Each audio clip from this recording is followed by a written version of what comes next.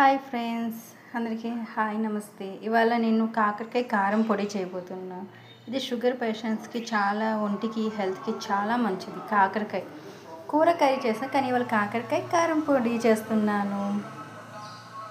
హెల్త్కి చాలా మంచిది. జీలకర్ర, మెంతులు, వెల్లుల్లి, చింతపండు, వెల్లుల్లి, ధనియాలు, కరివేపాకు, మినపప్పు, శనగపప్పు, సాల్ట్ టేస్ట్కి సరిపడ్డా, టేస్ట్కి నువ్వులు, పల్లీలు, కొబ్బరి పౌడర్, కరివేపాకు మనకు మంచిదని అన్నిట్లో కరివేపాకు వేస్తాను నేను. వీటన్నిటిని కొంచెం ఆయిల్. నేను కరివేపాకు కారం పొడి అయినా, కాకరకాయ అయినా, మునగా కారం పొడి అయినా ఇవన్నీ యూజ్ చేస్తాను. మెయిన్ క్వాంటిటీ ఎక్కువ ఉండాలి దేనికైనా. ఇక పల్లీలు, కారం, ఎండుకారం, మిరపకాయలు, కరివేపాకు, వెల్లుల్లి, చింతపండు వేయించి పక్కకు పెట్టుకోవాలి.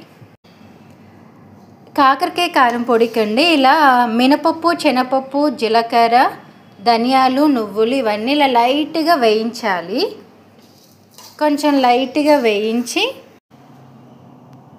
ఇలా కావాల్సిన పదార్థాన్ని కొంచెం 1 స్పూన్ ఆయిల్ వేసి అన్నీ లైట్గా వేయించి పెట్టుకోవాలండి.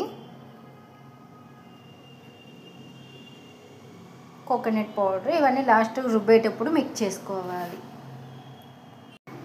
కట్ చేసిన మా కాకరకాయ ముక్కలు లైట్గా ఆయిల్లో డీప్ ఫ్రై చేసుకోవచ్చు. కొంతమంది ఎండబెట్టుకొని పౌడర్ కూడా మిక్స్ చేసుకోవచ్చు. రుబ్బంకి ఇలా చక్కగా కజ్జాబిజ్జగా కానీ మెత్తగాని రుబ్బుకొని చక్కగా వేడి అన్నంలో వేసుకొని తింటే చాలా రుచిగా ఉంటుంది. షుగర్ పేషెంట్స్కి, బీపీ పేషెంట్కి చాలా మంచి, చిన్నపిల్లలు కూడా తినవచ్చు. హెల్త్కి చాలా మంచిది, చిన్నవాళ్ళకి పెద్దవాళ్ళకి అందరికీ. కాకరకాయ కారం పౌడర్ ఇడ్లీలో కూడా బాగుంది. నేనైతే ఇడ్లీలో కూడా వేసుకొని తినేస్తా. వేడి అన్నంలో నెయ్యి వేసుకొని తింటే సూపర్గా ఉంటుంది.